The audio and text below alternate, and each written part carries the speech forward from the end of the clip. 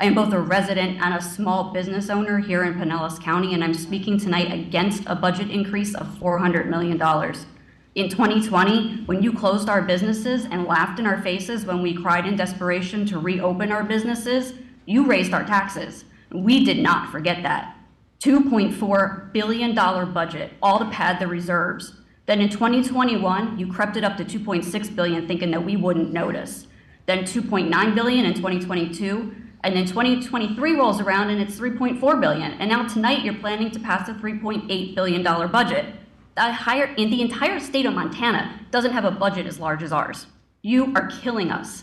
58% increase in 3 years. Why? Between your tax hike and the failing insurance industry, thanks to our Florida house, we are at our breaking points.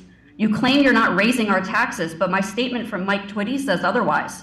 Is the millage rate not increasing? And this will trickle down. Landlords will need to raise rents, businesses will have to increase prices. All those raises you're giving county employees will be completely moot because you're killing us. Unless, of course, your plan is to watch the middle class fall so you can push through your so-called affordable housing plans that's listed on the county website as a high priority budget item. I have patients who have to choose between buying their medications or buying food. And I understand that inflation's coming from a federal level, but we're all struggling. And I am not disagreeing that county employees don't need raises, but the rest of us as taxpayers, we're not getting any raises. And you want to increase our taxes again. You're killing us. Stop spending our hard-earned money to launder money through PSTA. The bed tax should be going toward beach renourishment and mangrove repairs, things that actually affect tourism here, not funding $600 million to a private billion-dollar corporation to build a stadium. And I hope that that raise gear that you're sporting tonight wasn't a freebie for handing out our taxpayer money.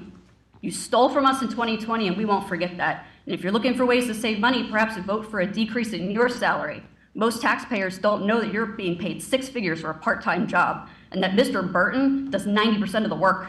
Just know that we know why you advocate for moving to 12-year term limits. We know. You are elected officials that are elected to represent your constituents, and 5 of you are sitting there right now have forgotten that. Do not pass this budget. Stop killing us. Thank you, Mr. Eggers and Mr. Scott, for meeting with concerned taxpayers and having a sensible approach to this budget. The rest of you, do better. We won't forget this in November of 2024. Actions have consequences. Have a good evening, and thank you for your time.